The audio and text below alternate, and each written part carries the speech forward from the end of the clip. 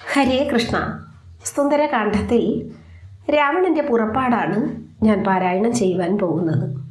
ഓം ശ്രീരാമചന്ദ്രായ നമോ നമഃ.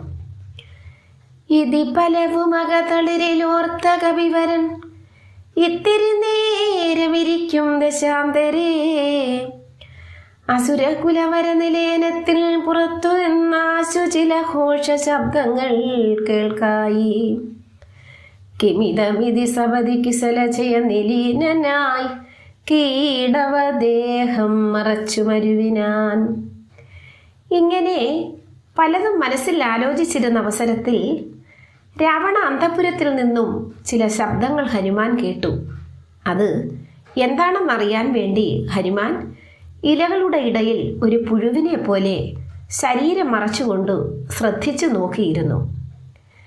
വിബുധ കുലരിബുധമുഖൻ വരവെത്രയും വിസ്മയത്തോട് കണ്ടു കവികുഞ്ചരൻ അസുരസുര നിശിചരവരാങ്കനാവൃന്ദവും അത്ഭുതമായുള്ള ശൃംഗാരവേഷവും.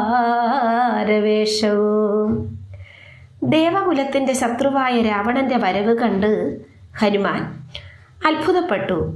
ശൃംഗാരഭാവത്തോട് നടന്ന രാവണന് ദേവന്മാർ, രാക്ഷസന്മാർ, അസുരന്മാർ എന്നിവരുടെ വർഗത്തിൽപ്പെട്ട ഉത്തമ സ്ത്രീകൾ അകമ്പടി സേവിക്കുന്നു. ദശവദനൻ അനവരതമകതളിരിലുണ്ടുതൻ ദേഹനാശം ഭവിക്കുന്നതെന്നീശ്വര സകല ജഗതധിപതി സനാതനൻ സന്മയൻ സാക്ഷാൽ മുകുന്ദനെയും കണ്ടു ഞാൻ നിശിത തരശരശകലിതാങ്കനായി കേവലേ നിർമ്മലനായ ഭഗവൽ പാദാംബുജേ. ഹരേ കൃഷ്ണ. ഇതിൻ്റെ ബാക്കി അടുത്ത ഭാഗത്ത്.